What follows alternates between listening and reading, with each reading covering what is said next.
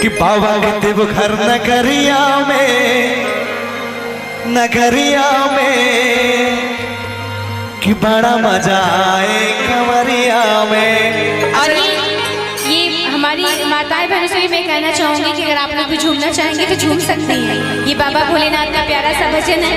और जैसा कि बबलू जी ने कहा कि यहाँ पे अगर झूम ले, यहाँ पे अगर नाच ले तो कहीं और नाचने की जरूरत नहीं। और कहते भी हैं कि जिसने किए शर्म उसके फूटे करम।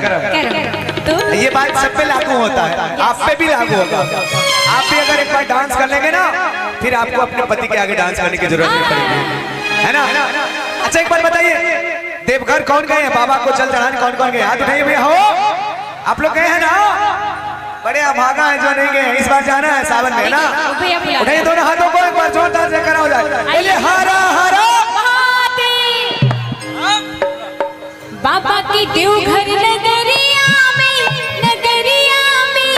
बड़ा मजा आए कंवरिया में। बाबा की देवघर नगरिया में बड़ा मजा आए कंवरिया में। अंगिया के खा के गुजरिया में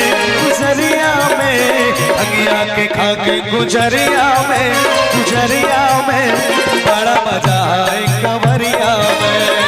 बाबा की देवघर नगरिया में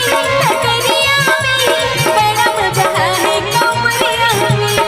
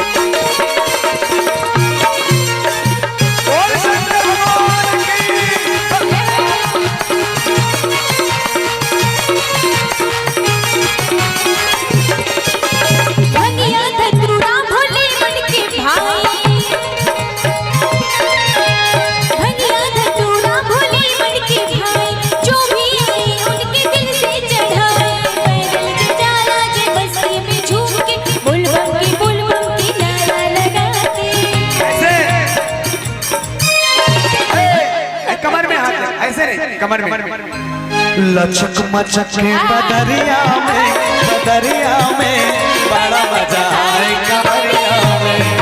बाबा के देवघर नगरिया में बड़ा मजा आए कंवरिया में।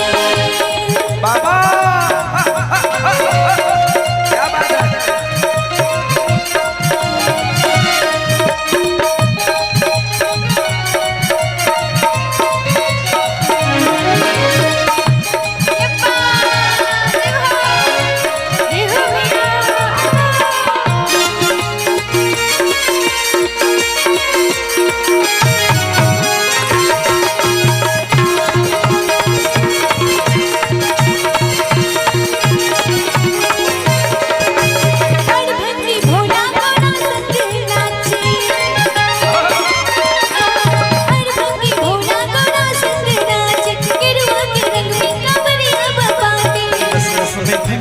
मस्ती चढ़ल बा बोलबम के नारा गुजल बा।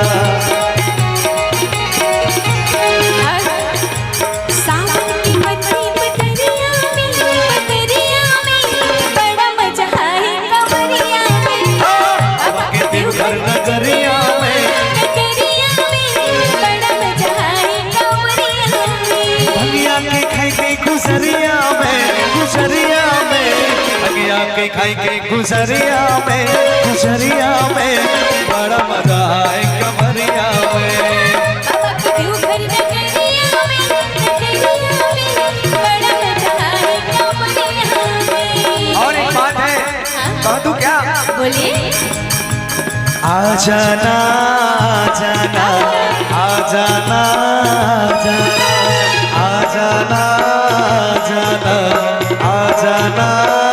जब दिल न लगे तो मुझे बोल के नगरिया जाना। जब दिल न लगे तो मुझे बाबा के नगरिया जाना। जब तू माथे दिखाई रे कान्हा